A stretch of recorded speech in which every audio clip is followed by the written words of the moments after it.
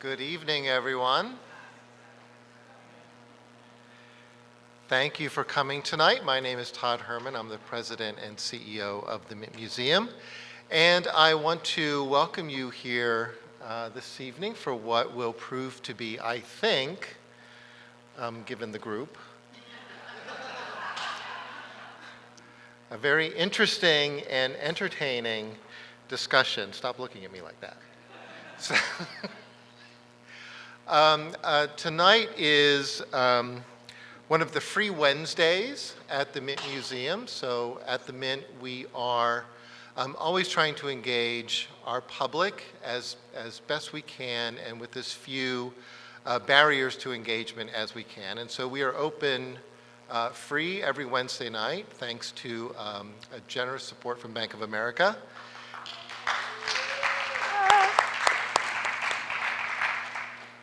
And we've embarked on a new program called Live at the Mint, which also occurs on our free Wednesday nights. And this is a program that layers the art experiences that the Mint Museum offers with collaborations with other arts groups throughout the city and the region, everything from, oh gosh, I can't even remember them all, from the ballet to the symphony to youth orchestra.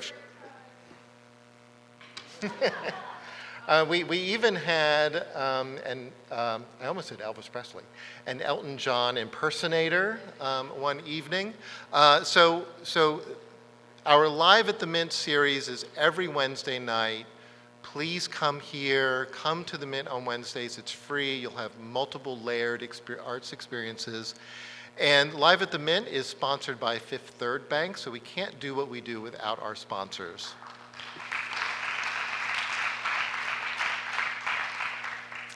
And tonight, we are very, very happy to partner with the Sphere series.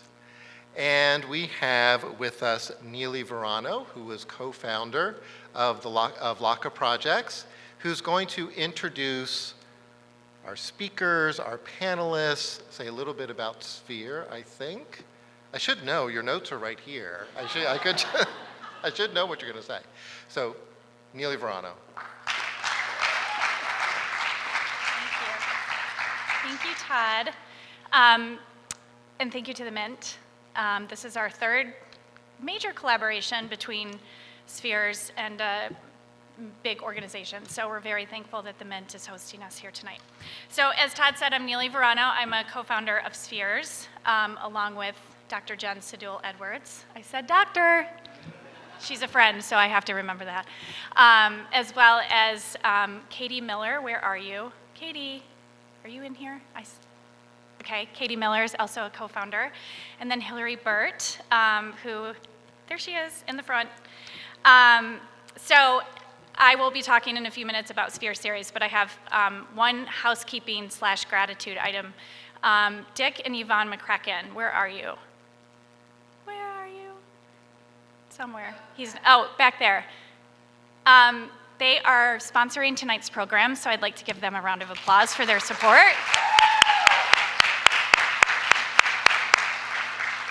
I would see Dick, every time I ran into him, literally for the last year, he would say, I want to give you money, tell me where to write the check and for how much, and I'm like, I used to be a fundraiser, that's a really dangerous thing to say to someone like me, so thank you for your patience. We wanted this to be right, and we wanted the timing to be right, so we can't thank you enough for your generous support.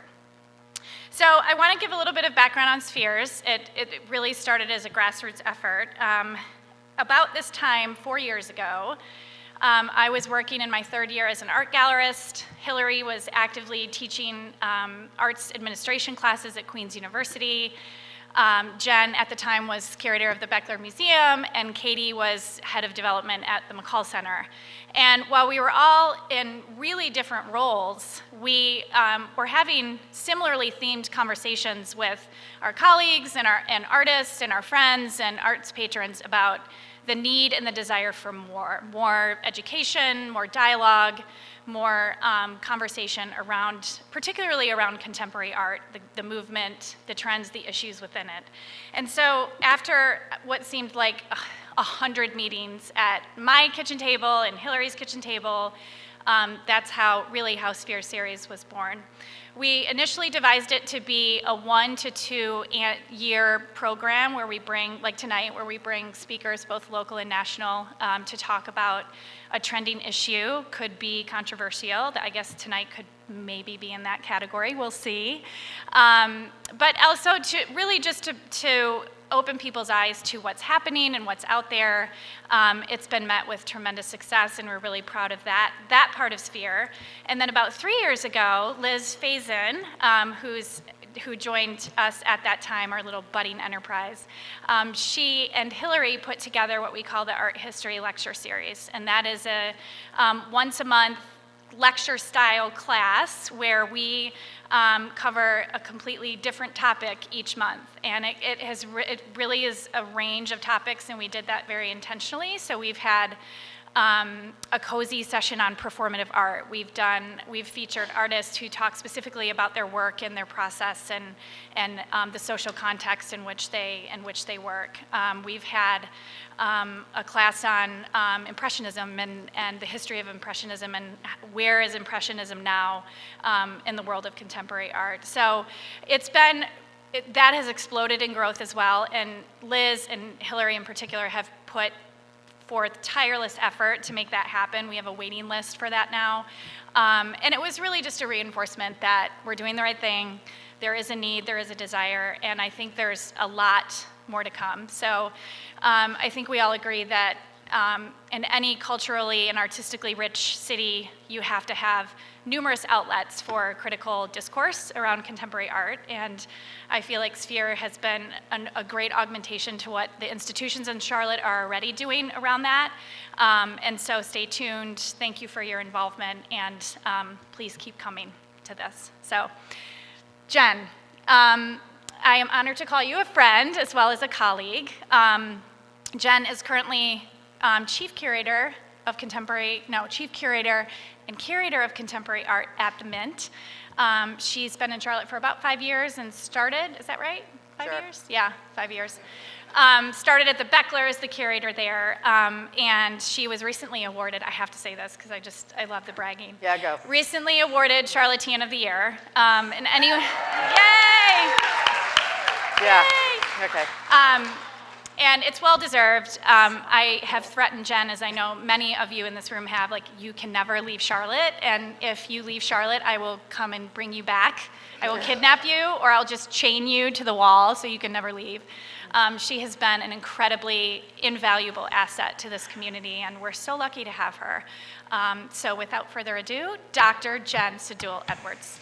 Thank you. Thank you. Oh, it's so uncomfortable. Okay, hi. Thank you all for coming tonight. I really appreciate it. I am extremely excited about this conversation. It's one that I've been thinking about probably since I saw Tess by Roman Polanski in 1983, 84. Fell in love with that movie and Natasha Kinski in that role, and then found out that there was a little more going on between Natasha Kinski and Roman Polanski and his history. And so I've been excited to have this conversation in public, in front of lots of people, on a microphone, with dear friends for all this time. So thank you for subjecting yourself to this evening. I'm going to start off by introducing our panelists, and I cannot think of better people to have this conversation with. So Emily Nussbaum won the Pulitzer Prize for her book, for her writing in The New Yorker, where she was a TV critic starting in 2015, 14? 2012, I'm not sure. I'm bad with dates. That's okay. Yeah. We're going to start this much more vaguely. Emily really came to prominence in the magazine world when she was cultural editor at New York Magazine. And there, she just reminded me, she started the Approval Matrix, which was by far one of Gavin and my favorite things that the New York Magazine ever did. She moved from there to the New Yorker, where she started off as the TV critic, won the Pulitzer Prize for her criticism there, and is now a general features editor. Staff writer. Staff writer, where she's writing features. Yeah? Yeah, that's good. Although I'm on a book leave. And she's on book leave. But speaking of books, She also wrote, I like to watch Arguing My Way Through the TV Revolution, which she will be signing downstairs from 8 to 9. And I love this book. I read it well before it came out. I think we got a copy before. And then I read it again in preparation for this. And it's been wonderful every time. So it's great. John W. Love Jr., who many of you here know. And I told him, I'm going to read his bio because it's so wonderful, I could not possibly improve it.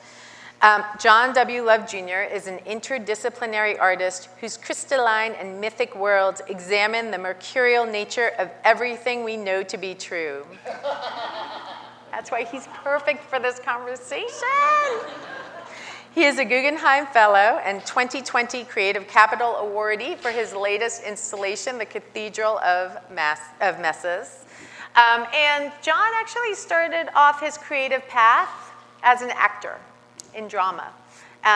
He's also a singer and a dancer, and all of that comes together, especially in his performance work. So if you've seen any of that, I'm sure you already gleaned that.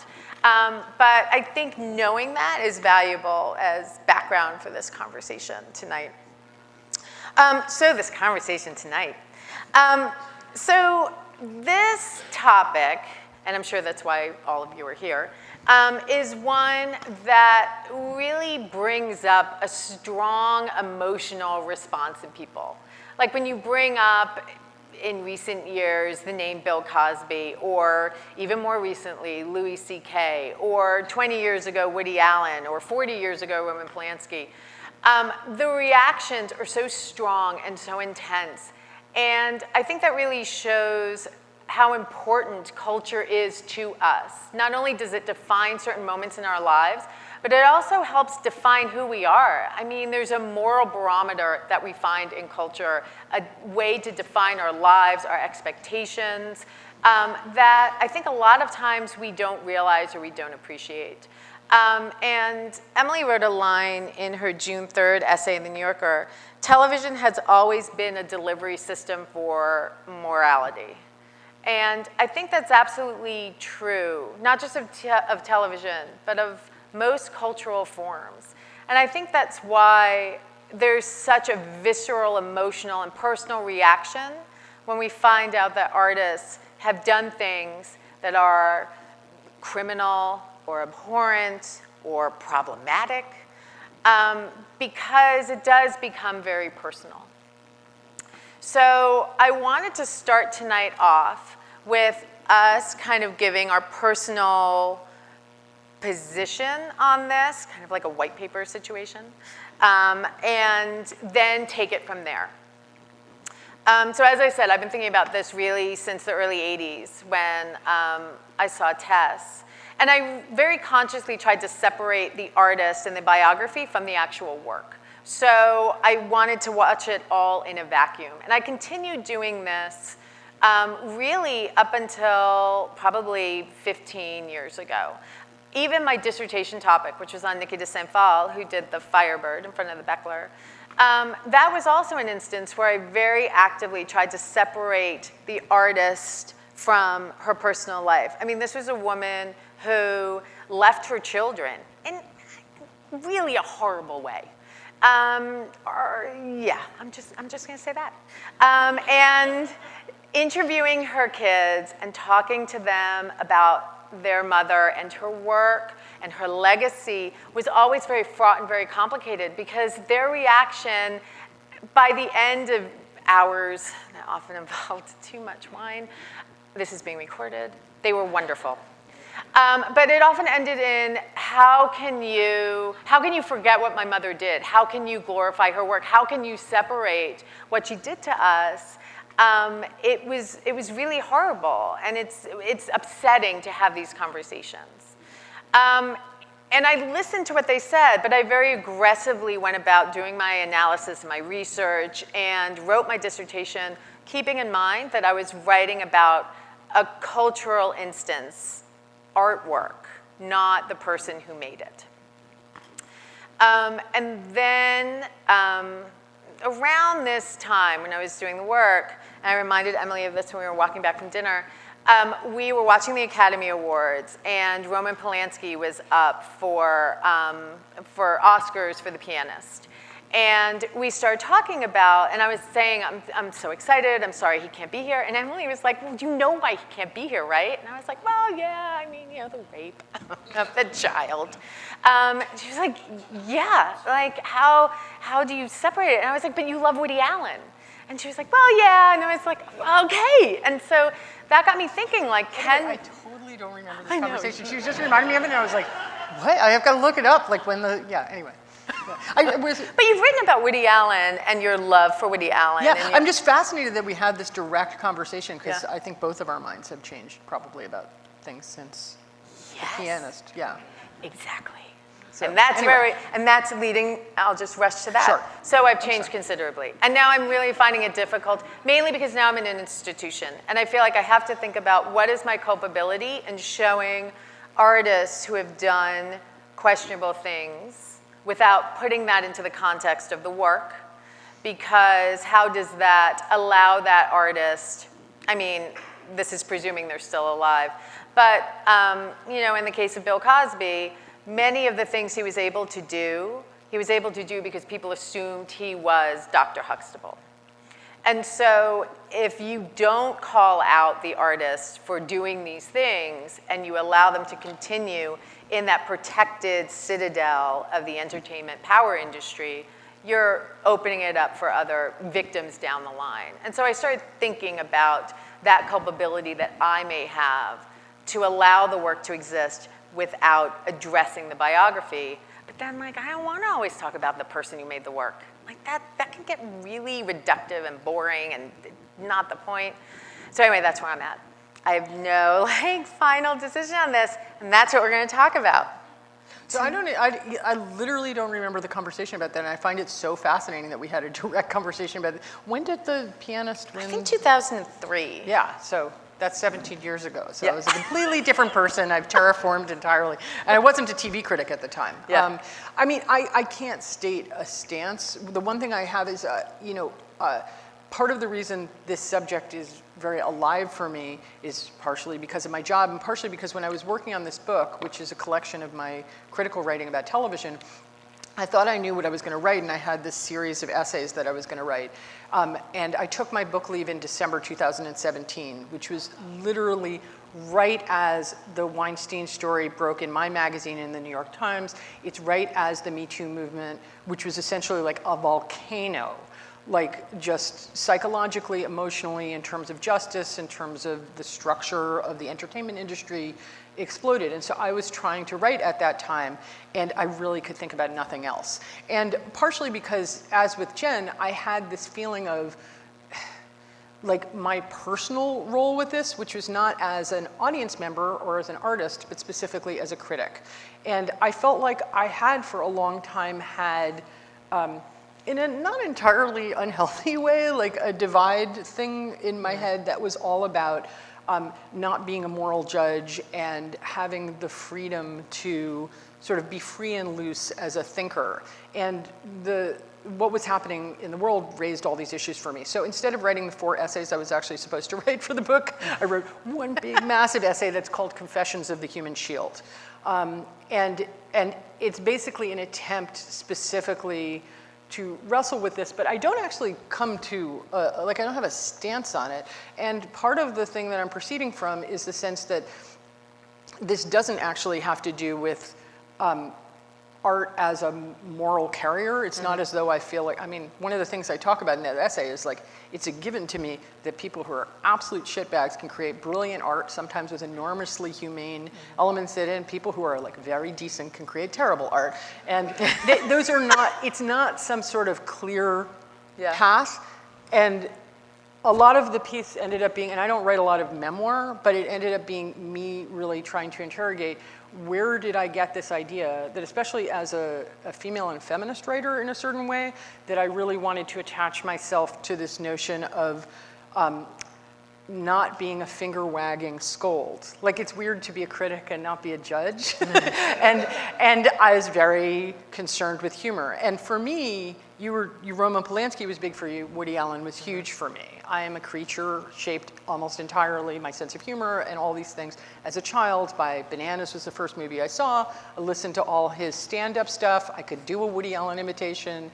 I read his books, and I have a completely different sense and idea of him now, but it would be dishonest to act as though my ideas are formed by him. And I think that's part of the wrestling act that people do, especially as adults. A friend of mine called this, in terms of the Me Too movement, not so much about art, called it the audit, especially where older people end up looking back because of this period on their entire lives. That's why it's a very complicated social movement. This is not just about a set of ideas. It's really about this kind of group interrogation. But it's interesting because you come at it from one perspective as an academic. I come from it as this perspective as a critic, which is really what that piece is about. Because as a critic, I feel like I don't have the option to just push things away because they make me uncomfortable. I have to find a way to engage with it. And this is particularly strong when the person's acts are then distinctly part of the art. When the art is autobiographical, when the art seems to, and that's true for a lot of the people that I write about in the piece. But you're approaching it as an artist, so I would think that that's a different.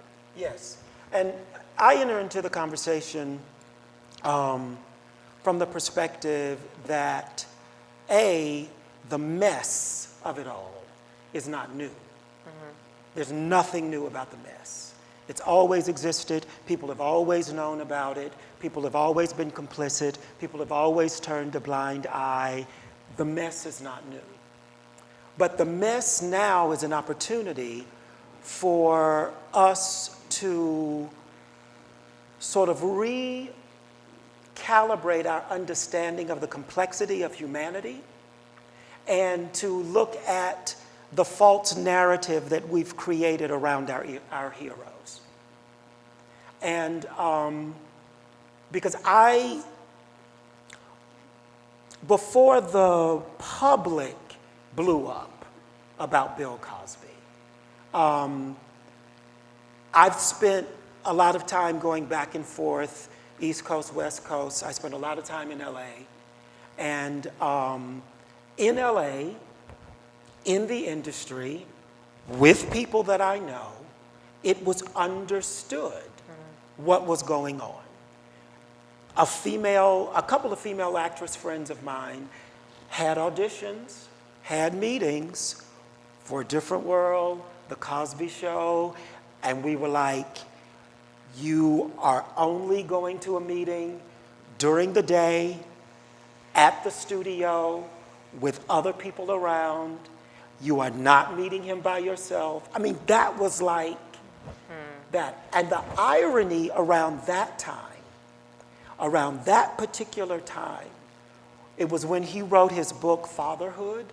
Yeah. And the irony around fatherhood was when it came out that he was a baby daddy to a mentally challenged young woman. And I was amazed at how eagerly people just ignored that. And then the irony that Fatherhood had just come out. The book Fatherhood had just come out. So I remember saying to people, oh, but Bill Cosby and Cliff Huxtable, and I was like, he is not Cliff Huxtable. Cliff Huxtable is a character. He is not that character. So it's but underneath it all, because there's, and this came up when we did the podcast, there's bad behavior, or what's considered to be bad or challenging behavior of the artist in the work, which is not what we're talking about. Right. We're talking about bad behavior of the artist outside the work, and we're basically talking about criminal behavior. And yeah, and I do want to make sure that we clarify, is not, I mean, I brought up the example of Nick St. Paul, that's a private family thing. We're not talking about drugs, we're not talking about drinking, we're not talking any of that. This is purely, yeah. And in doing that, it's difficult to compartmentalize it all because the lines are blurred. But that's just sort of where I'm coming from. I'm coming from what is the conversation now about what does it mean to be human? How complex is it?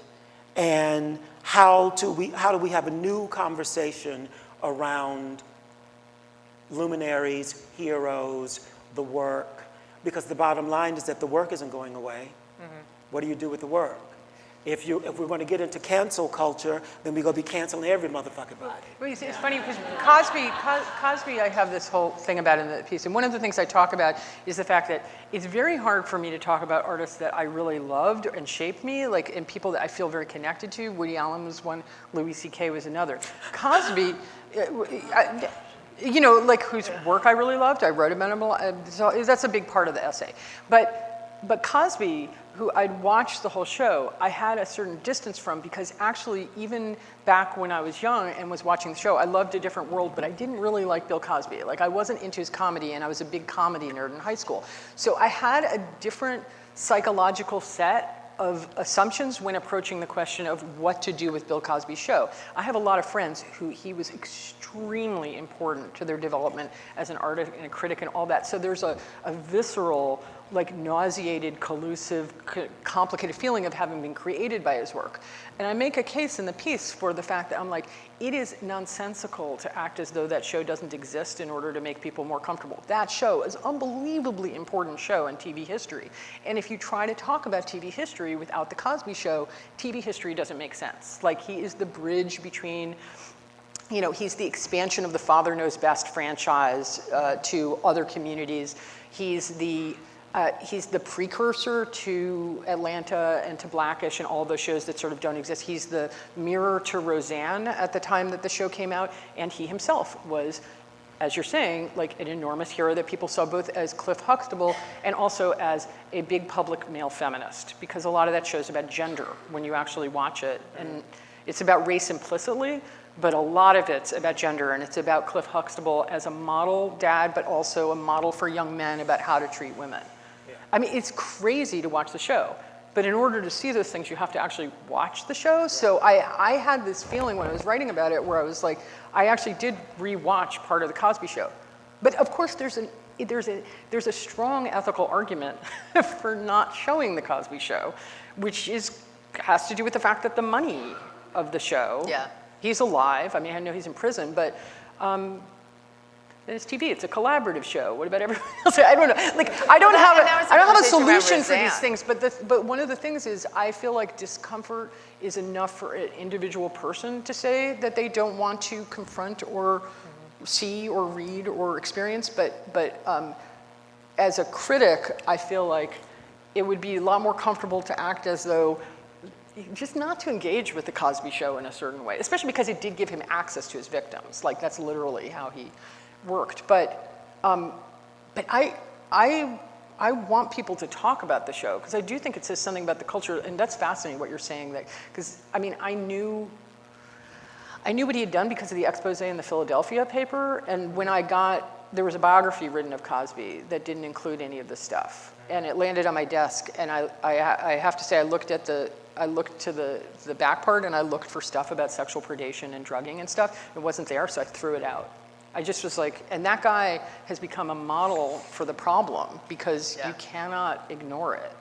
Anytime you write anything about an artist, you at least have to bear it in mind. I think it's hard. I mean, you mentioned Louis C.K., and I want to just fess up, like, my indecision and my uncomfortable commitment to this whole project of doing the audit or, like, deciding morally where I stand. I remember exactly where we were. Gavin was sitting on the floor of our bedroom with his back to the wall, and I was folding laundry.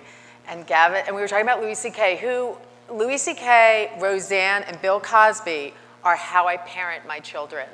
And I am proud to say that, completely how I parent my children, and on the TV show, not in private. And That's Gavin, wild, because I hated Cosby's parenting on the show. I loved his. You have boys. Oh my God, Theo. never mind. Anyway, We'll talk I'm about this sorry. later. So, but Gavin, But by the Yeah. way, one of the things is because I didn't like Cosby's parenting on the show, it gave me a feeling of smug superiority when this whole thing came out, because I was like, I never liked that guy. So He that's- always seemed enormously childish and condescending, but that's ridiculous.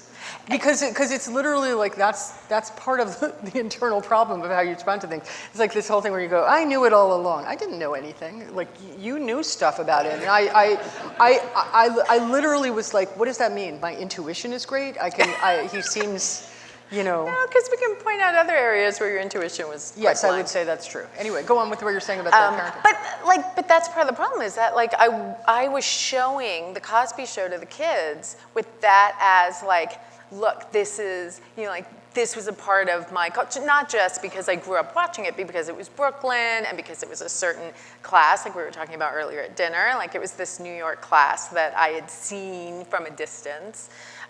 It was this positive representation of a black family on TV at a time when there weren't any. And even still in LA, when I was showing them this in like 2010, like Blackish wasn't on yet. You didn't have anything like that.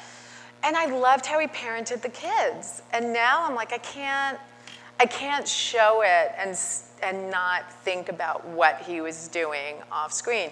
But the Louis C.K. story, which is similar. So Gavin was sitting there and he said, so, I heard that Louis, because we were talking about his opening act. Oh my God, the woman with the hair who I bought her sneakers. What's her name? Michelle Wolf? Yeah, Michelle Wolf. So we were talking about Michelle Wolf and how much I loved her. And Yeah, she's great. we had seen her open for Louis C.K. And Gavin said, well, I heard that he makes his female opening comics watch him masturbate.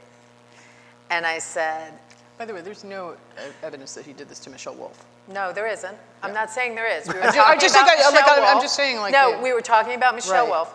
It is being recorded. So no, there was no connection. We were talking about Michelle Wolf, how much I loved her, I'm so glad we saw her open for Louis C.K. And that led to Gavin saying, and then not Michelle Wolf, just opening women.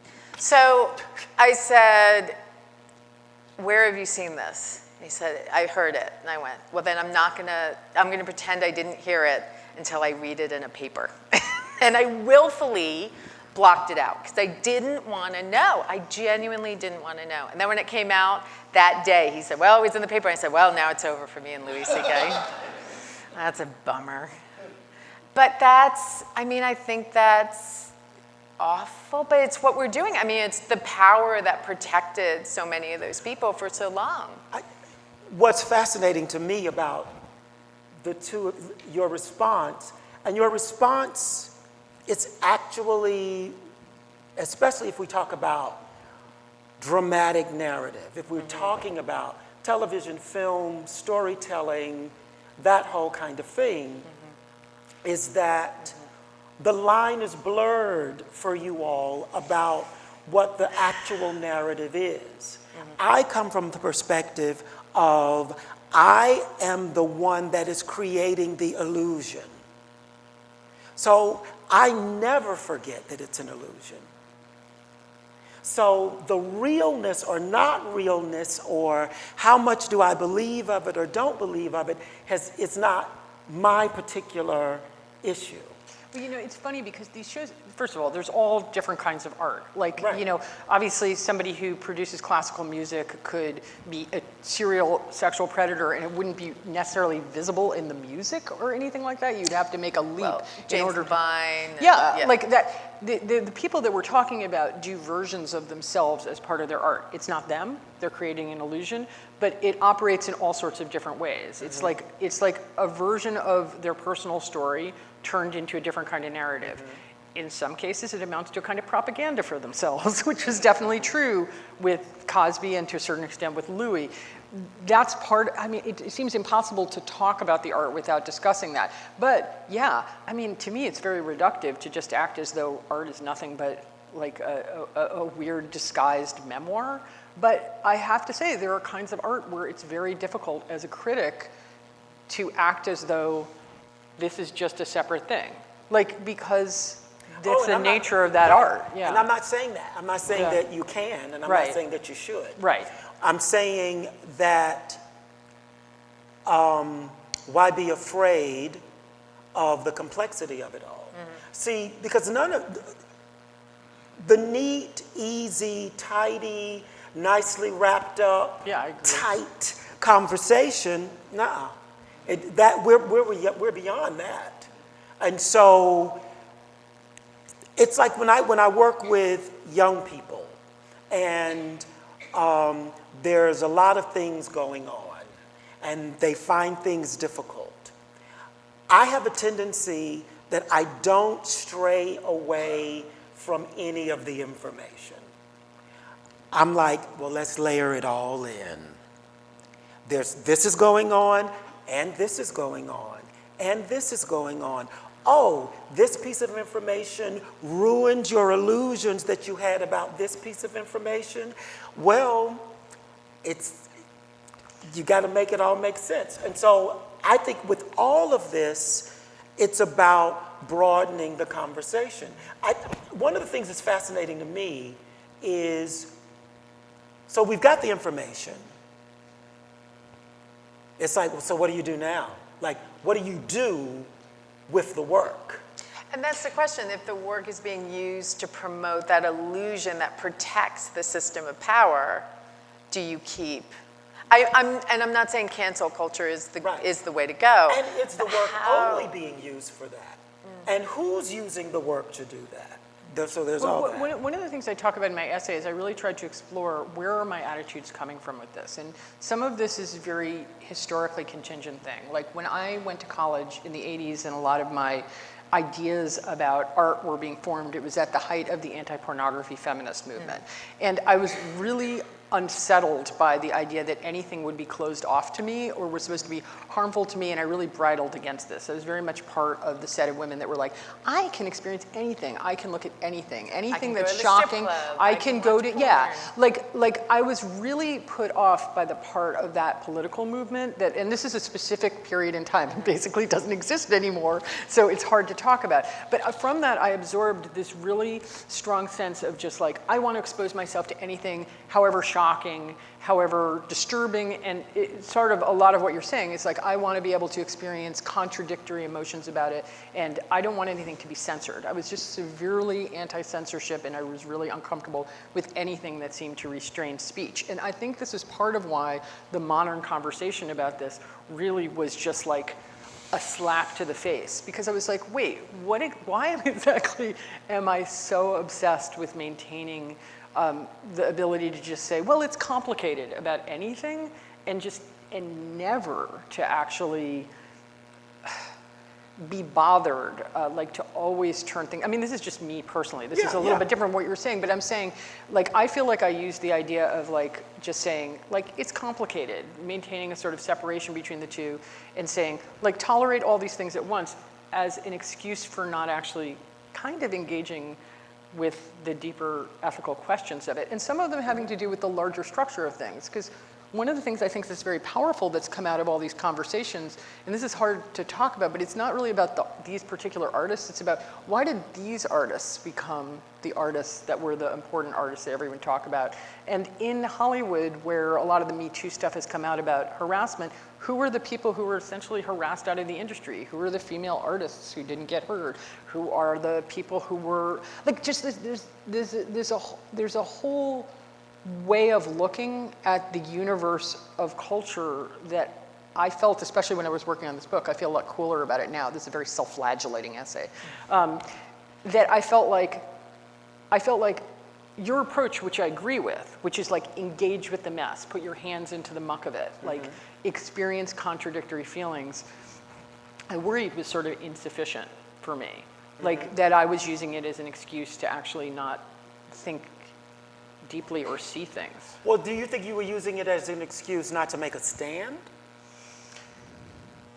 You know, this is a problem with me stating any perspective on this because I sway back and forth. Like literally in this piece, I make a case for do not erase the Cosby Show, actually engage with it as an important work of television history. And I talk about how Rosemary's Baby is a brilliant feminist movie, and there's just no way to see it and not see in the movie this, and you have to actually handle the fact that this is in contradiction. So I mean, I don't know the answer to that. I mean, but but there, I mean, I don't want to get deep into it, but I talk about, like, I made a choice to, to interview Louis when I knew some of the stuff. And I had to figure out what to do about this, and I have enormous regrets about that. So that's part of the heart of that essay, is feeling like if I had that to do over, I would do it differently because I think about things differently.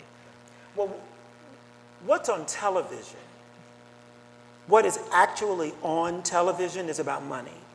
Sure. And it's about making money. Those advertising dollars, the narratives that are around it, it is about making money. And the zeitgeist of television is kind of a self-cleaning mechanism, because it says, like, if anything happens and if it's going to fuck with our money, then we're not showing it. Well, and it doesn't even really matter, like, what the thing is. Big TV defender, so I have to jump in. You know, so for example, when, I don't want to like spend all this time talking about Cosby. Talk about Roseanne. Okay, the Roseanne thing. The Roseanne thing was interestingly complex, especially the reboot. Oh, well. You know? It's like the Terminator modern Roseanne went back and like killed the original Roseanne. It was like amazing Roseanne that actually was very important to me, and I was like, why are you ruining? Yes. But you know, when people have this Roseanne thing and for they say, oh, we're bringing back Roseanne, and we're bringing it back for the fans, and people love it, and yeah, but the fans, all of that translates into somebody making some coinage. Yeah, but all art is to some degree based in To commerce. some degree, yes, but television, really, in my opinion. I like to watch. I make the argument. Yes. No, obviously, Yes. TV is a tremendously commercial art form, but that's not all that it gets reduced to, specifically because it's a mass medium and it expresses all sorts of ideas. And in some of these cases, I actually think that some of the most interesting work in the aftermath of the Me Too movement has come out on TV. There are shows that I could name that I feel like wrestle with these issues in really powerful ways, and the fact that they sell Right. advertising. But if we're not talking about eliminate to that. show or not to show, I mean, what does it come down to when we're talking about to show or not to show? Because when the network decided to fire, basically, Roseanne, and then there was all the talk about, well, what to do about the rest of the cast and what to do about the show. Will the show carry on? The fact that it was an issue, that it was like a lot of hand-wringing going on about what direction are we going to move in, well, I mean, by this point, everybody knew that working with Roseanne was like nightmarish.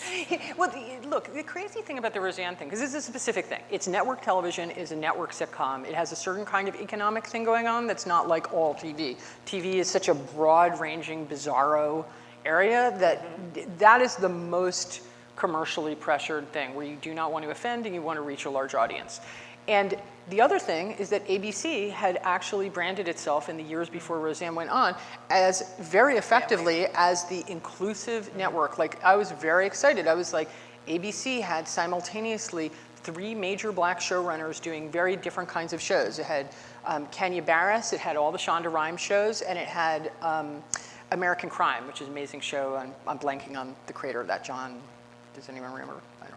Anyway, it was a great show, but they were all very different shows, and they created this whole lineup of family sitcoms that were Blackish and Fresh Off the Boat, and Modern Family was still on, and then, they created this lineup. They put Roseanne in, and Roseanne, I wrote a piece about this. Roseanne had a joke mocking Blackish and Fresh Off the Boat. Like, it was just fascinating because there was an internal post-Trump struggle going on at ABC, and I knew from talking to people that there was enormous anxiety and paranoia about what are they trying to do with this show? Is this show intended to establish their bona fides in this new era? Like, is the show, like, slamming up against these other shows. So I agree with you. There was an enormous commercial thing, and it was an enormous cultural thing, and it was kind of, frankly, I think, a not told enough story about a corporate thing, about HBO and about ABC. And when talking about that, it's, I mean, one of the things I talk about in my book is one of the reasons I love television is exactly because it's impossible to separate the commercial from the artistic. And it's so collaborative in so many ways that the kind of artistic notes that you would get on a show like that, anybody who's ever written about a network sitcom knows they do come straight from the top. So when that joke went on about Blackish, I was like, what the hell is going on over there? Like internally, that they allowed that joke to be in there. But it was fascinating. That really came down like a bolt, and she got booted because she is a dope. Like, aside from being offensive, like her behavior online made it impossible for them to continue to make excuses. But I don't think all TV is like that. Like, I think that it's important when talking about TV to talk about the commercial pressures, but the only thing I'm disagreeing with you about is I just think, to me, there's stuff that you can talk about with complexity and nuance that has to do with the artistry of television and cannot just be sort of written off as it's a mass commercial form and so everything on it is determined by advertising. And that's not what I'm doing, but I am saying this. There are lots of shows of color in this day and age that don't have the luxury of being experimental and auteur and failing, and failing Yeah. in terms of what it's doing. And there's still many more Caucasoid-oriented shows That is true. that are given that kind of leeway. So, yes, is Atlanta, which is a great example, I love it. I think it's a brilliant show. I love what they're doing with it. I love the storytelling. And some episodes you're just like, ooh, that was off the rails. Off the rails, but I think off the rails in a good way. No. Surreal as fuck. Yes, overall, agree. But I'm saying, I feel like they're allowed to Yes. make mistakes in ways that other people have not been afforded. However, Atlanta has the audience. It has an audience, and it has a faithful audience, and it has a great audience, and that's the reason why Atlanta was still on the air. It wasn't on the air because a whole group of people said, this is really important storytelling. If it didn't have the audience, then it wouldn't have been on the air. But then this gets back to our conversation too around artists behaving badly and what's the structure, what's the environment that allows that to happen, and it becomes a thing about power. And I think your money point is right, and just to get away from TV so Emily doesn't have a complete... No, I actually think it's a really important question because Yeah. the way that these things get enacted on TV and what is allowed and what's considered shocking, what's considered political, and all of those kinds of things is absolutely determined by commercial things. The thing I was going to say, and this is weird because one of the things that I always think about the show Louis is the fascinating thing to me is that a series of episodes came out after, and actually predating his exposure in the Times, which were like Louis C.K. created a show that had a completely different economic setup than a network sitcom. He created it, he got $250K from FX to create a show where he had total, the deal he cut was I'll get a small amount of money and I get no notes. So he created something that is based on independent film and was this weird, extremely personal production. That inspired other people to make very personal, kind of memoir-ish, comedic, half comedy, half drama. There's a million of them on TV. Surreal. Yeah, Girls sort of did a similar kind of thing, and those shows came out around the same time. So that kind of TV didn't exist before that, and they're made under, I mean, his was made under very unusual economic circumstances that honestly, I do not think like anyone but a successful middle-aged white male comedian would have gotten a deal like that, that kind of creative freedom.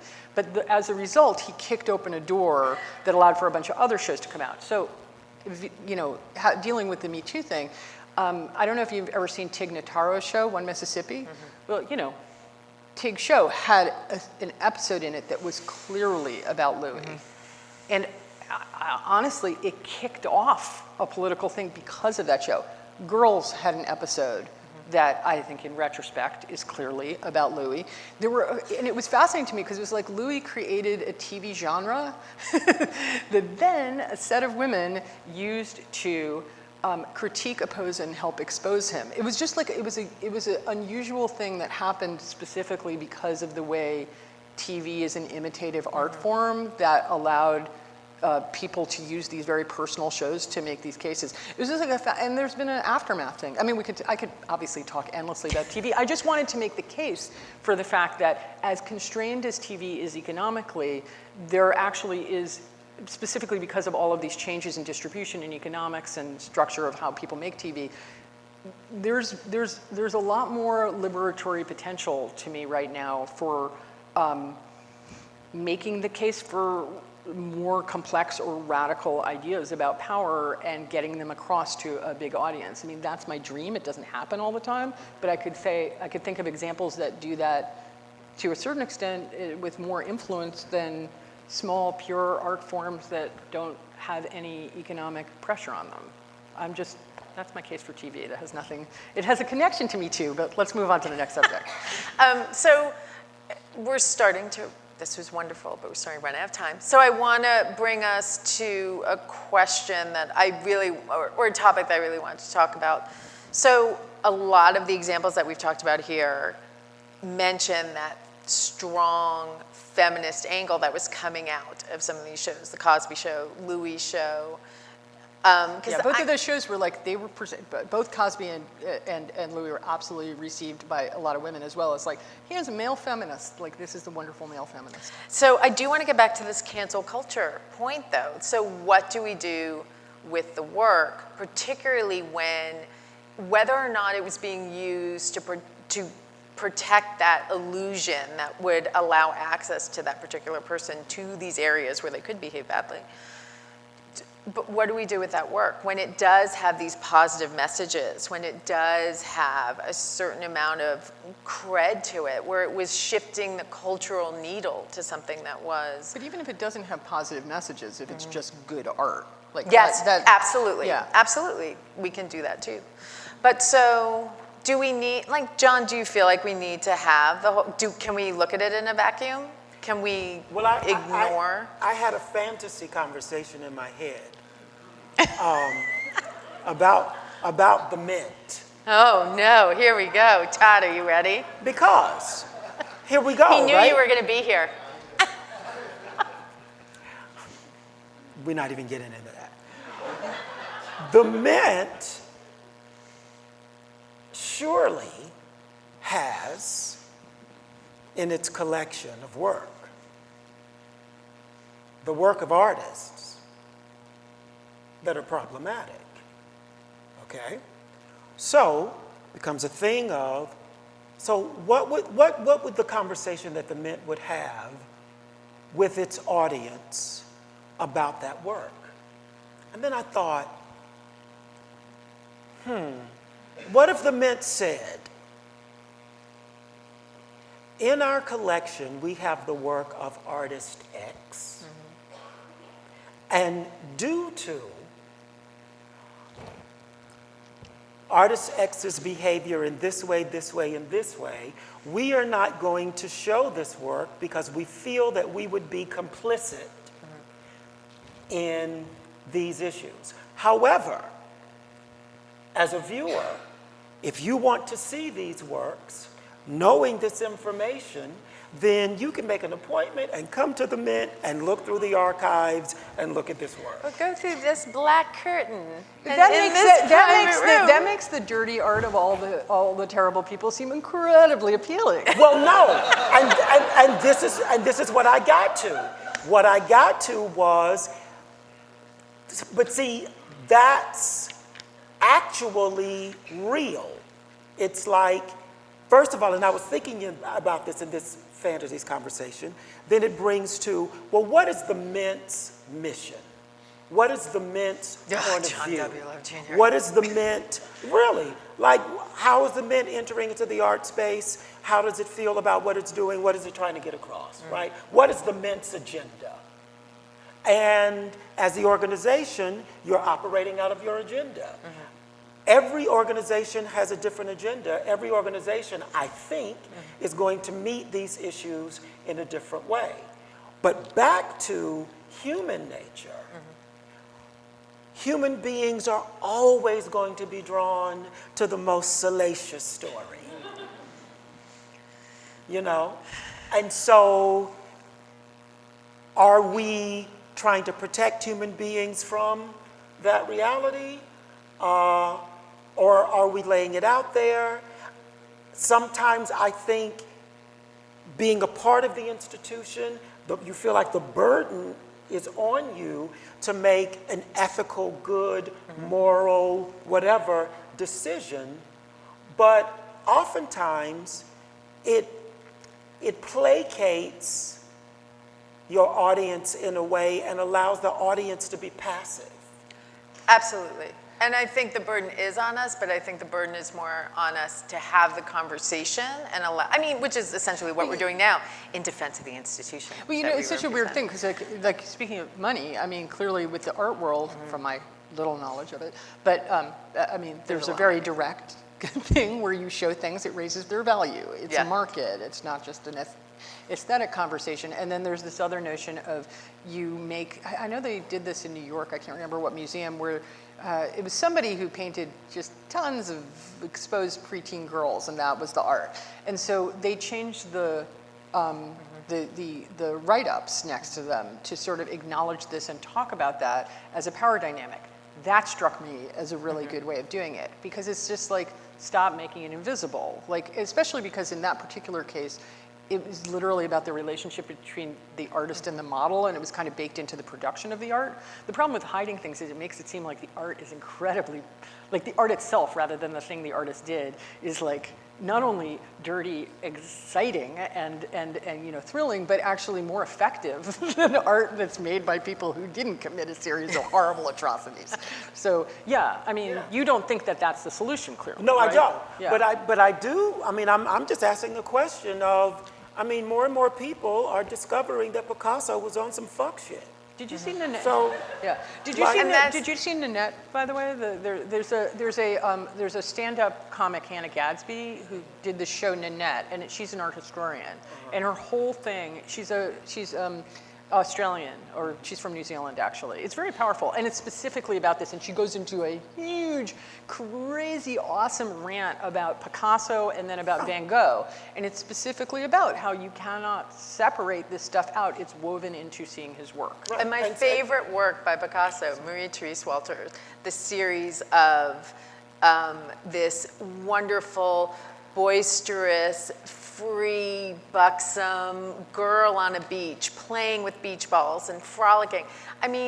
She was ultimately Picasso's wife, but he had been like trailing her since she was 12, determined to marry her. Maybe just do a whole exhibit around predatory relationships with tweens. That's the subject. Yeah. I think many people have discussed that. And so, and so that becomes a thing of.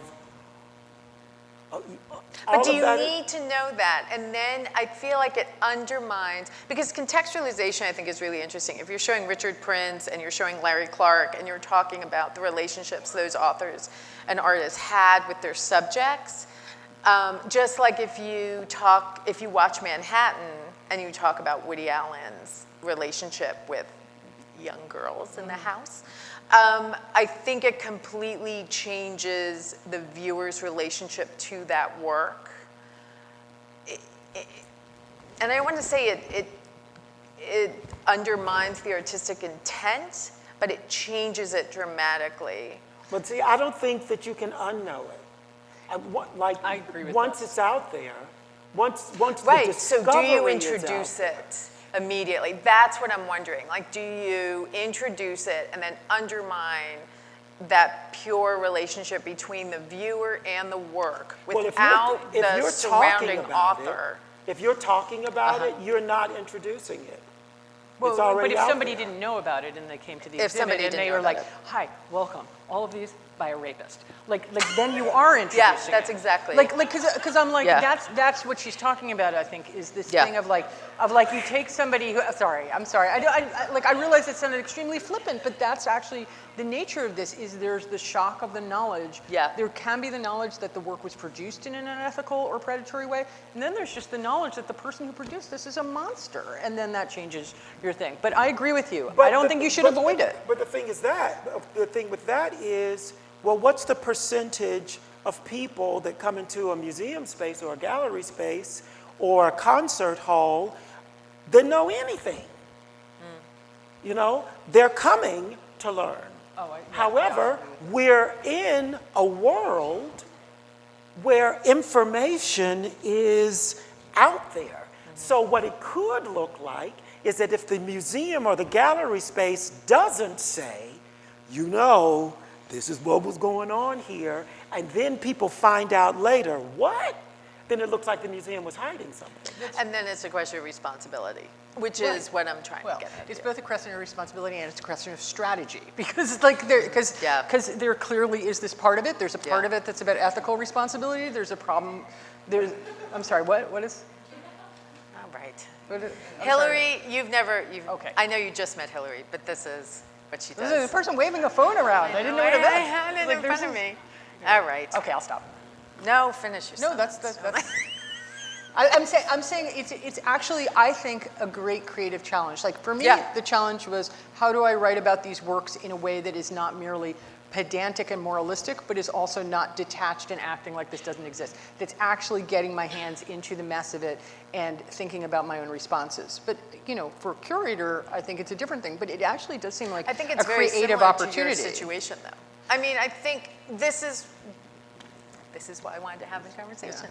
You give everybody goggles, I don't know why all my references are to the Terminator, but where you go up and you see a work of art without any knowledge, and then you turn on your goggles and a group of like green letters start flowing down and they tell you everything about the context. Well, that's the dream, because so often people go up and read the label before they even look at the work, and that is ideally what I wish people would do, is to look at the work and then read the context that See, it's I'm interesting because responsible you still to have this present. incredible craving for people to have. Just a pure moment. Just a pure moment. Because, yes. But that Like you're pure seeing moment, Tess. that pure moment, which is based on a kind of ignorance, okay? But that pure moment really only lasts a moment, Yes, exactly. okay? It only lasts a moment, and eventually a viewer,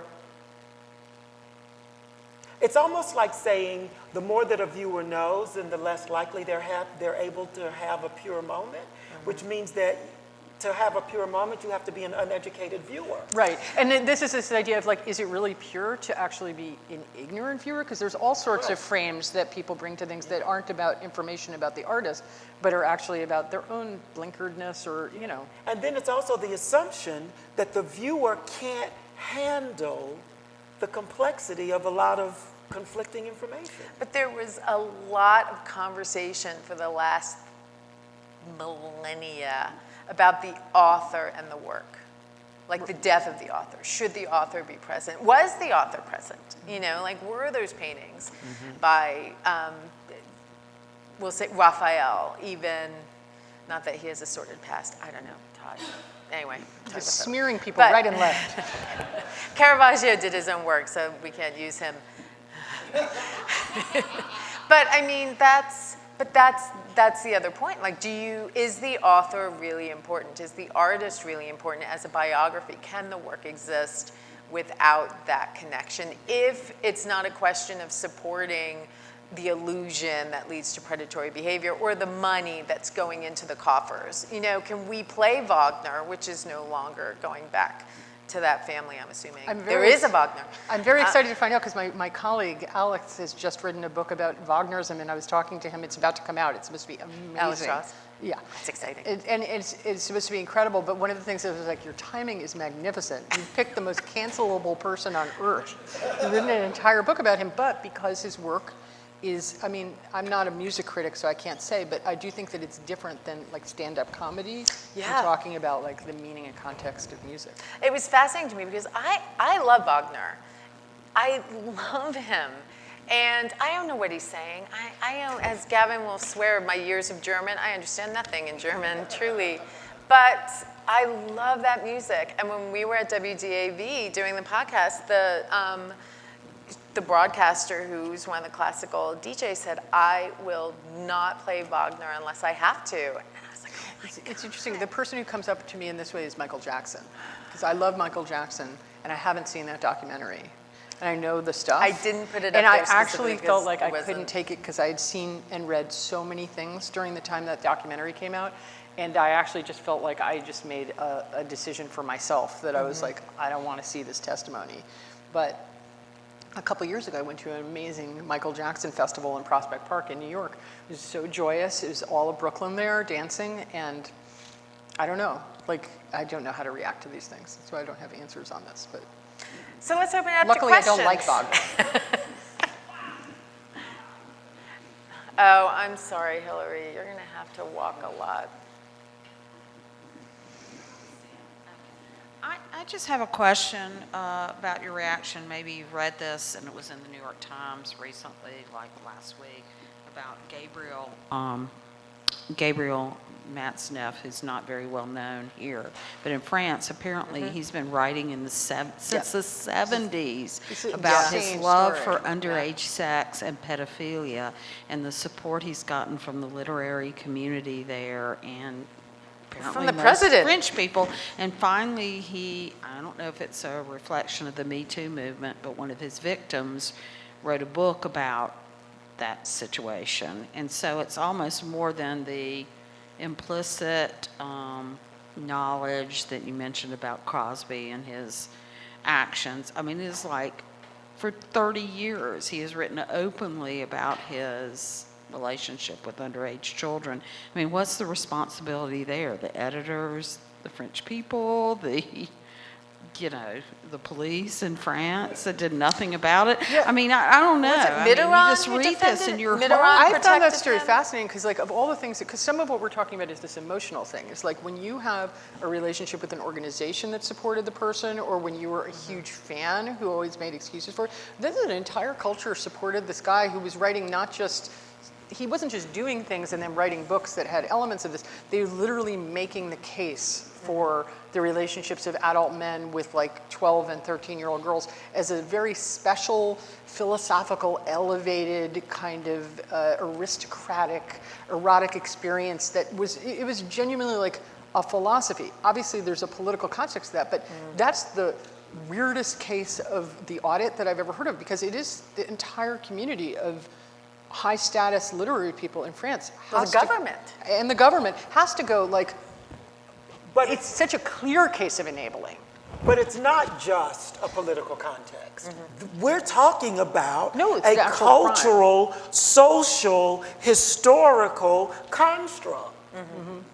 Men Yeah. Well, have been allowed Yeah. to fuck young people for a very long time. So that's when I say it's this conversation about looking at humanity and the structure of humanity. And so it's about what do we do about that? Because the reason why in France, because this is where this happened, the reason why in France, and it's like, oh, I did this, oh, this love affair, oh, and it's great, and, and Lolita, and da-da-da, and all that kind of shit, is because it's been romanticized since the beginning of time with human beings. So we really have to look at us as human beings. And it's like, so now, is now a convenient time to change the narrative? Is now a time to change the narrative and act like this one individual, it's like, while people are clutching their pearls about this individual, Is this a Wait, how many- Victorian you know, moment how that's many going to pass? others- And, yeah. are doing it, and it's going on right now. But that book also clearly probably influenced other people, both victims of the crimes and other, it's like a massive gaslighting mind game to have that be at the center of the culture. But Lolita is very fascinating to me because I think, first of all, like I've never heard anything about Nabokov actually doing anything bad, and I think that book is a brilliant book. I love that book, and I think that book is a very powerful and damning book about the psychology of the predator. But of course, it's read in a variety of different ways. I once had this conversation with a younger colleague of mine. I'm still mad at him about it. It's like so many years later. But he was saying to me that, and this goes to our conversation about like when do you give someone the information. He said a professor of his had said to him, when you're reading this book, bear in mind that it's all about like an extended rape of a young girl. Like said that at the beginning of the conversation. And my younger colleague was furious at this because he was like, this is an important book to me and it's aesthetically incredibly beautiful in its language and it does all these interesting psychological things, and he ruined it for people. And I was like, but that is what the book's about. Like he was giving you a framework for it. And I had no problem with what the professor did, but he really felt strongly that this was this sort of preachy woke professor who had ruined his fun. And I mean, there's a lot of literature like that, obviously. But Lolita is an interesting category because you're like, is that a dangerous book? Is it a dangerous book if it's misread? Am I reading it correctly? Is it a little too subtle? And it has nothing to do with the bad acts of the author. Yeah. So just because I was thinking about that and Oh, it connects to what you were just saying, one of the things I found really interesting in the R. Kelly documentary, Ann Powers, who's this amazing music critic, was talking about how artists who are masking bad behavior often do it in one of two ways. They either mask it with good works and kind of hypocrisy and like, inspirational dad, like you're good, complicit lying preacher, that kind of stuff. Or they do it by being so outrageous that you couldn't possibly believe that it's real. They're almost abstracting these things about humanity to its most extreme. And what's amazing about both R. Kelly and Louis C.K. is that both of them do both, or did both in their work. They would flip between this like extreme outrageousness that you can't possibly think is connected to something real that they're doing in their life. And then also this very like, I'm a feminist and I'm gonna like speak, or I'm inspirational, or I'm gonna do this kind of material. And it's interesting because it does puncture their work when you're like, oh no, they were just justifying what they were doing. Like this abstraction or this poetic flight of fancy is just them managing what they know to be atrocious behavior. Or they were really living that life that we thought was just so outrageous. And so it's not this like, and it's just interesting how it tells you what narratives you've been normalizing. When I look at Trump and I go, he's destroying he's denigrating the nobility of the office, then I have to ask myself, like, you're so invested in the nobility of like the presidency? Like, what's that about me? What does that say about me that I'm invested in these kind of myths and constructions? And I feel like that's been very interesting about what's been the audit. Like, what are these things that I'm having to take apart in my investment in it, and having to like face that and find that interrogation? Well, I think we want the art space to continue to exist as some place where you can have these extreme, fantastical experiences. I mean, And also I not think just fantastical, but I Lolita think is- it's good to be shocked by things. Yeah. And I think it's good to have your ideas shaken. And I think it's good sometimes to have experiences with art that you can't sum up or easily understand. And all of those kinds of things are, but that's different to me than this conversation. Like, to me, that's about confronting complicated work that you then have contradictory responses to. But to me, I mean, both, there's all kinds of art like that, and it's not all connected to bad acts. That's just a conversation about art as a form of trauma or shaking you up. And I think oftentimes too, those entities don't think that their behavior is trash. That is true also. Well, and that's the example for the You know, French writer who's... They don't think that their behavior is trash, and they're supported in not thinking that their behavior is trash. And they only think that their behavior is trash when they realize, oh, there's a big part of the population that's not going to like this. But when they launched into it, I mean, they loved it, or they thought they were the bomb, or they thought they were getting away with something. Well, they didn't even think they were getting away with something, necessarily. That came later of getting away with something. It's not to lay on them that they had the moral fortitude from the very beginning to say, I'm really doing something awful. And to be that conscious, I think that's too easy also. I think that's true. Yeah. Did you want to say something? Oh, I was just going to say, it's interesting about this sort of the consciousness of yourself as of an artist as an aggressor or as a criminal is one thing. I was thinking about with Lolita, there's a book that's about to come out, I can't remember the title of it, but it's by a young woman, and she had, when she was in her teens, she was very obsessed with the book Lolita, and it was fascinating to her, the idea that there was something amazing about being a young girl that could attract this kind of attention. I don't think she's alone in that. I actually think that's baked into a lot of culture, because after all, young girls also look at culture. It's not just a training manual for older men. Like, you get the fantasy of the girl, it's like inside it. So anyway, she wrote this novel that's about to come out that clearly has a personal aspect to it. But apparently she started writing the novel years ago, and when she wrote it years ago, it was a somewhat celebratory novel about having an affair with an older man. And it took her years of writing this book to come to this point where she was like, I absorbed this intense propaganda that put me in a situation that I couldn't handle, and I need to write this in a different way.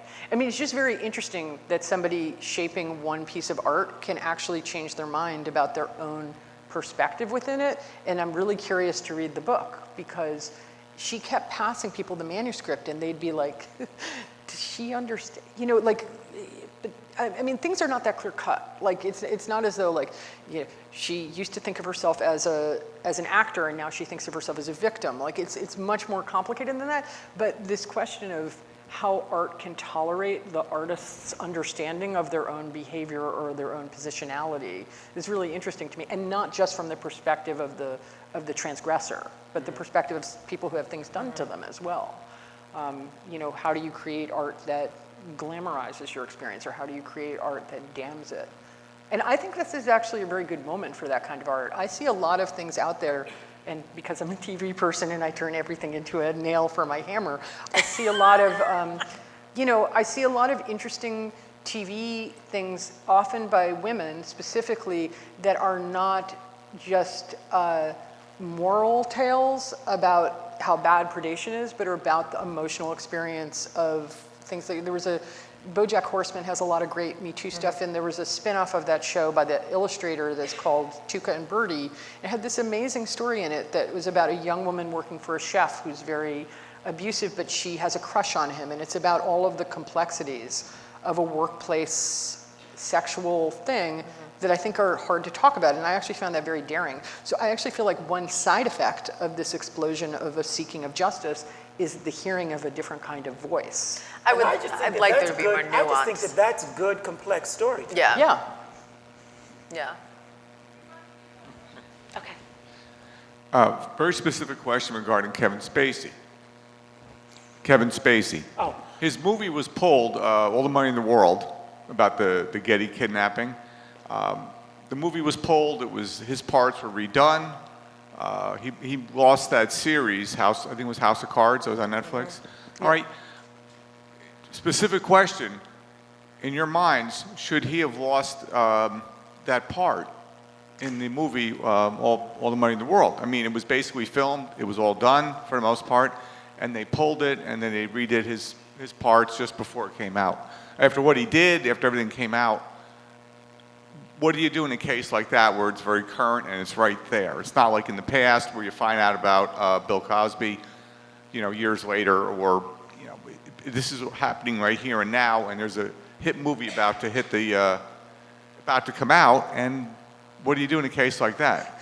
You know, it's so funny. With that case, it was that specific case, because I'm not saying what people should do in general, but I was like, yeah, pull the movie. They put somebody else in it, right? Like, didn't they do Christopher Plummer Yeah, was. it was a totally nuts situation, but I have to say, I just felt like, you know, first of all, it was no longer a commercial movie. Like, you could not put out a movie with Kevin Spacey in it, it would put the movie at jeopardy. Talk about economics.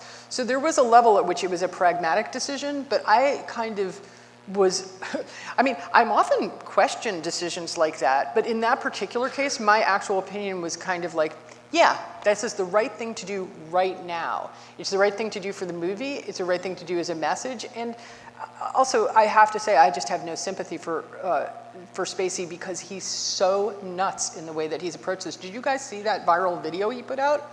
Like, talk about confusing yourself with the character. He literally wants to present himself as, I'm a seductive, like somewhat kinky figure that you just, he's created the confusion. So at a certain point, I'm like, completely aside from crimes he committed and harassment that, you know, and all of that kind of stuff, there is just a level where I'm like, give me a break. You literally cannot go out and publicize this movie and be in this movie.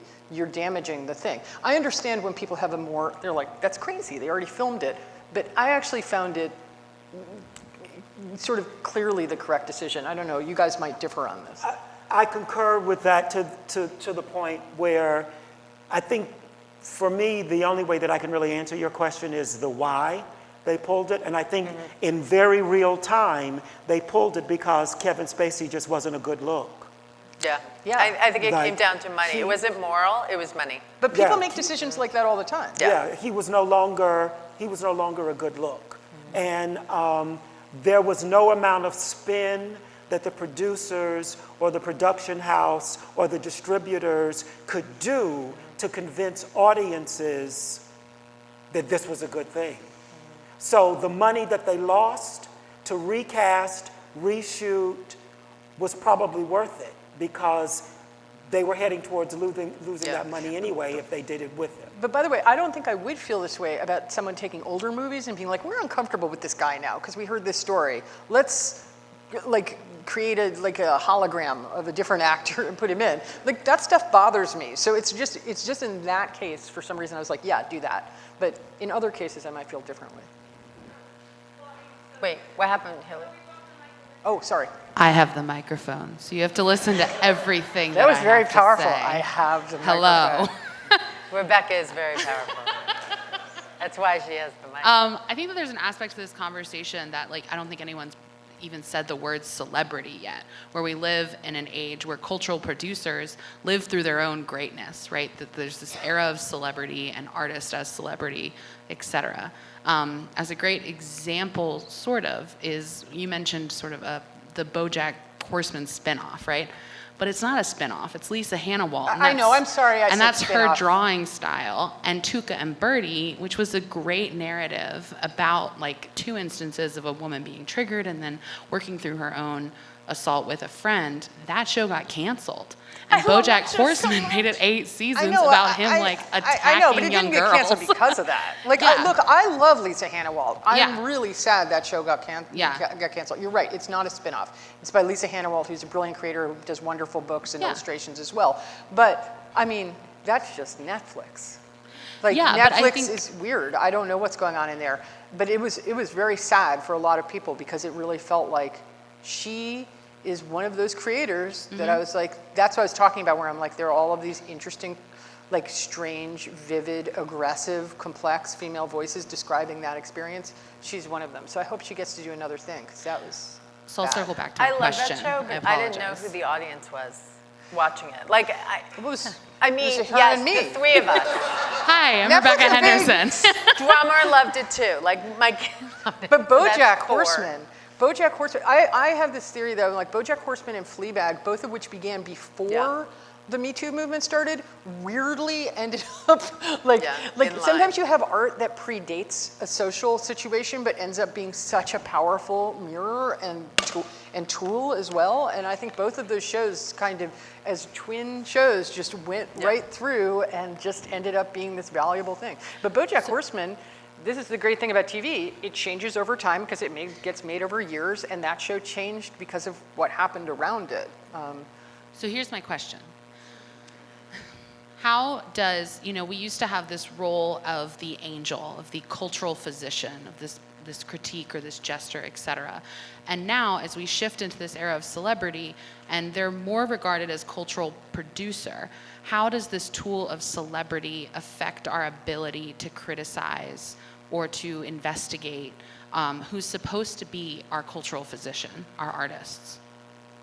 That's my question. I don't know if the artist was ever just that. Yeah, I agree. I think celebrity is a word that's used now, but I think celebrity has always been a part of the deal. Yeah, I think So- that's ahistorical too. I think that's all time. Yeah. Yeah. I'm sorry, Rebecca.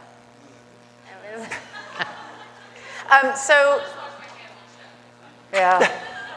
Well, let's This just is- make Lisa Hannawalt so famous that no one can turn her down. So this has to be our last question because I have to get Emily downstairs. No, Kitty can ask the question. But I have it in my hand. Okay, sorry, damn. Oh my God, this is like a showdown. No, Okay, all right, if no. everyone can keep it to 7 minutes, then we're fine. But I have to get Emily downstairs to the bookstore to sell and sign books. We'll each answer in 3 words. It's gonna be like name my tune. Kitty, Exactly. go. You have 2 Okay. minutes. So that stuff was my question. I mean, I cannot believe what the carve out for, the rock stars in France or the intellectuals. And so what they allowed him to do and to get away with for decades. I wonder what the relationship between France allowing him to do this and the notion of the limit experience by Foucault-Lacan, the celebration of the limit experience. That's maybe a long question. Okay, I cannot answer that question because I dropped out of graduate school. So you guys go to it. It's just true. I mean, I'm sorry, Kitty. I honestly do not know. I think you needed more time to ask. I don't understand where you're going. You want Lacan, the connection between Lacan and. Sort of mainstream, pushing physical experience, sexual experience, whatever, to a limit, and how that. Oh, in like a that Sadian kind of. What was acceptable in a society. I think these pendulums have always existed. I mean, one of the things that worried me about the Me Too movement was that instead of allowing for nuance and for plural dialogue, it was going to become this Victorian era where everyone was going to immediately like button up and become very restricted. Because I think we need the art space to have these explorations, to have the Lolitas, to have the Tessas, to have all of that. But I'm sorry, I'm still slipping away from what Except you're. I don't think Lolita makes the case that you should, I think Right. she's talking about stuff that's sort of a guidebook for the idea that living a truly full life Right. is doing things to the extreme and violating the laws of society and sort of eroticizing that and treating that as the highest philosophical end. Is that what you're saying? I think you have to take it on a case-by-case basis. Like, I can't speak for Tess because I haven't seen it in a long time. But Well, I think it's purely, to go with that, Kitty, I think it's purely an intellectual exercise. Because the reality of being human is much more scintillating, horrifying than anything that has ever been written in a book. In terms of what's really going on with people, what people are really doing, what culture really is allowing to happen. So the intellectual exercise is about, is it okay to produce a work of art or a work of philosophy around this notion?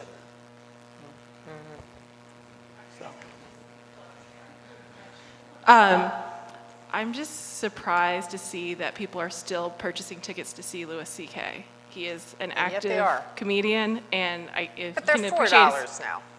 But I mean, $4 is just adding to his ego. Like, why are we as a society continuing to support that nonsense? I'm just curious if you have any thoughts. Like, why are people still doing that?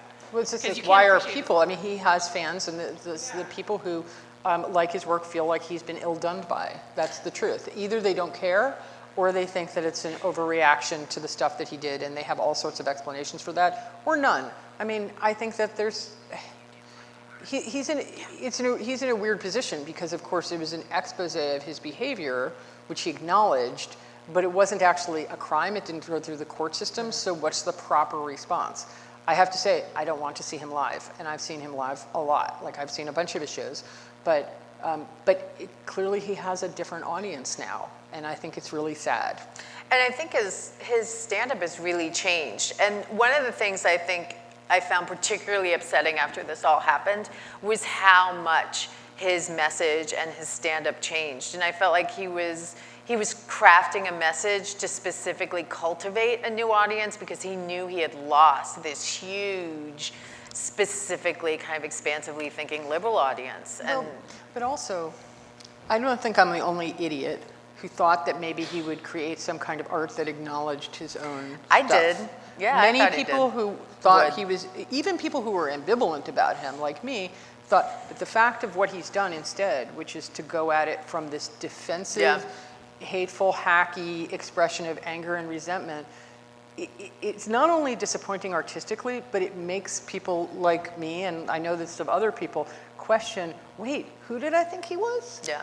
And it really makes me think, like, I didn't understand. Like, there's something different happening there. It's actually kind of shocking to the audience, but this is only true when you really love an artist's work. If you're separate from it, you can judge it in a different way. But yeah, I mean, I think it's a really sad situation. Well, I wonder if it And was I craven. say, to answer your question about think it is. why are people still sort of tolerating that, I think the bottom line is that there are people who still like him. Yeah, There absolutely. are people who like him. There are people that think he's funny. There are people that don't think that what he did or said is that bad. To just answer that question of why are people still doing it. I have an interesting take on the Louis C.K. thing because I know a lot of comedians. And I know a lot of comedians, I've worked with a lot of comedians. I know a lot of comedians that know Louis C.K., that have worked with him, that have intimate relationships with him. What's Pamela Adlin's show? Better Things. Better Things. Now, I think that Pamela Adlin is genius. And I noticed when I started watching Better Things, Louis C.K. He co-wrote He the first co-wrote two seasons, some of the best episodes some of of that the show. first, like most of the first two seasons. Yeah. And I thought to myself, A, I love Pamela Adlin so much that I'm going to watch the show because it's her show. And B, I was also thinking, because of all of this Louis C.K. stuff that's going on, Pamela Adlin, from the very beginning, deserved an Emmy nomination. And if you look at the trajectory of her career, she would have gotten one, and it took a long time for that to happen. So I thought, this is a very interesting thing. I was surprised that the show actually still ran with Louis C.K. attached to it. But the fact that it was still on television and doing its thing, I could also see how it was affecting her career in an interesting way. So it's just complex. Sorry, I'm so excited. Yeah. Thank you, and thank you for the discussion. So Mitchell and I have been like wildly talking back and forth. And so the thing that I keep coming back to is partly points that have been raised. In relation to our culture, I feel like we haven't directly talked about the fact that we have in human history, but especially in America, I think, a culture of idolization of the rebel and of the rule breaker. And of the rebel and the rule breaker. The rebel and the rule breaker. In other words, we idolize those who can do things really well. We also idolize those who can do things none of us feel we could do, which is what I see happening with people who idolize Trump to a very, very far extreme.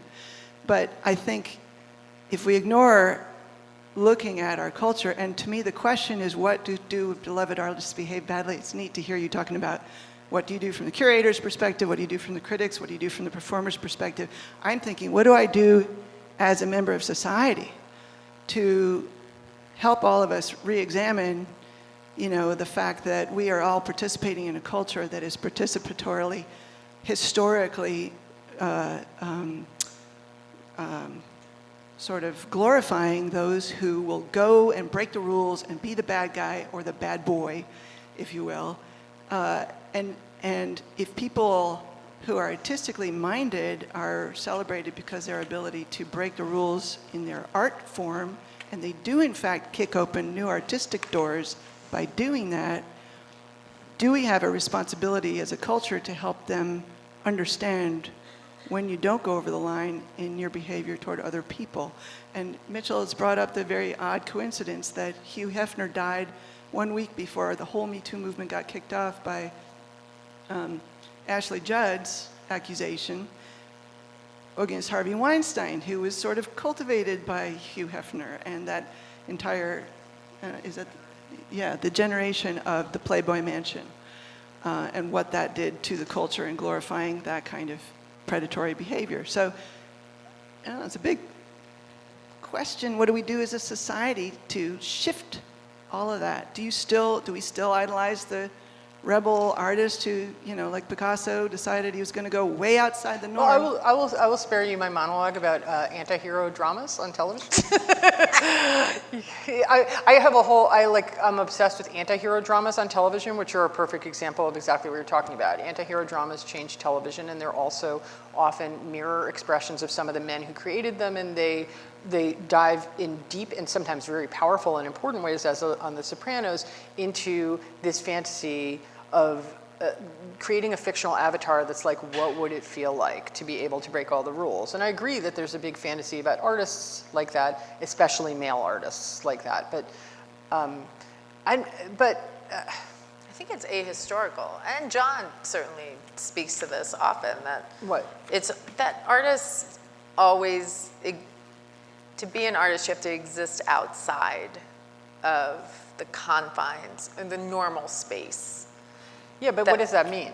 And I'm not necessarily saying amorally or outside the rules, but I think you need to. But I will say, I have changed my mind a little bit, and again, I'm going to make this TV-centric a little bit, but I think that some of the people who created really interesting TV shows did it specifically because TV is a highly collaborative medium in which polite people who are able to follow the rules of what corporate people want, like create certain kinds of formula TV. Some of the people who changed TV did it because they were actually really pugnacious figures who kind of pushed back against that and broke things because of that. That's not the only way, though, to be a great showrunner. And the model of that as the idea that to be an interesting artist, you have to actually be like an abusive, crazy egotist is, I think, incredibly poisonous.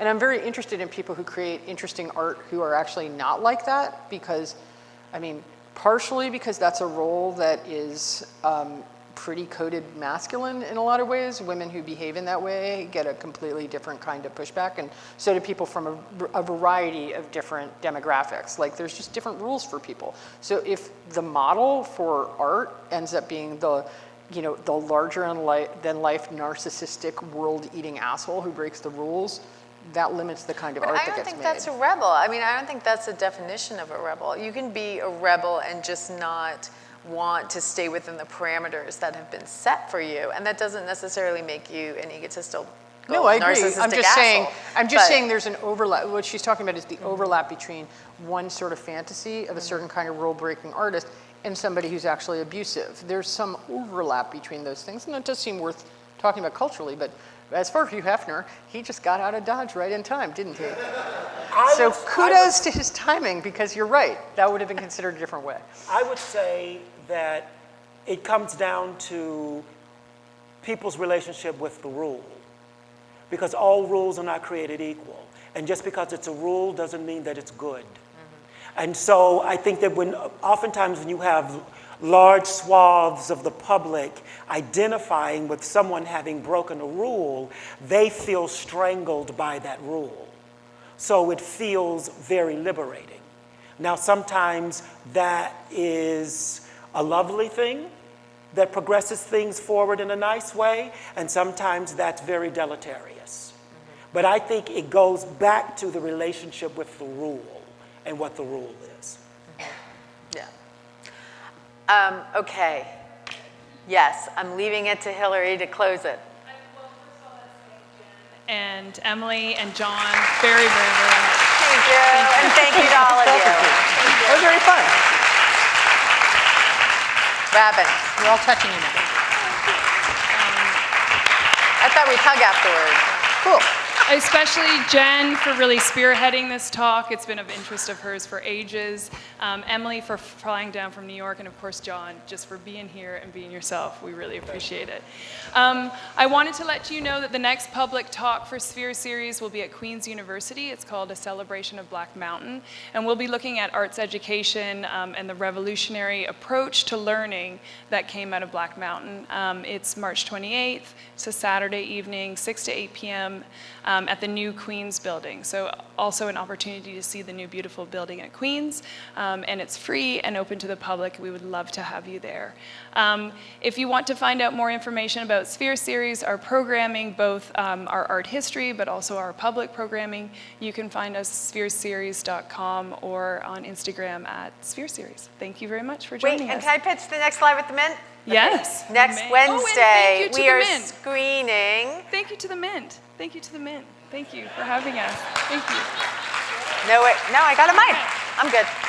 Next Wednesday, we are screening Cunningham, the documentary that some of you may have missed when it was playing at the One Theater in Charlotte and Ballantyne. So please come to that. And then the week after, Lonica from Studio Drift will come to give a lecture. Yay, coming back, talk about coincidence. And then March 18th, junior astronomers are playing. I am so excited because they're playing at 6:30, which means I'll get to see them because they're not playing at midnight when I'm asleep. And I also just want to say a huge thank you to Doug Davis and D2 Productions because they consistently come and give us great AV service, and he's recording tonight, so we have it forever for posterity. Thank you, Doug Davis. So thank you all. Go to the bookstore. You can talk to Emily there. She's signing her books. Gavin's going to bring her down. Thank you, Gavin.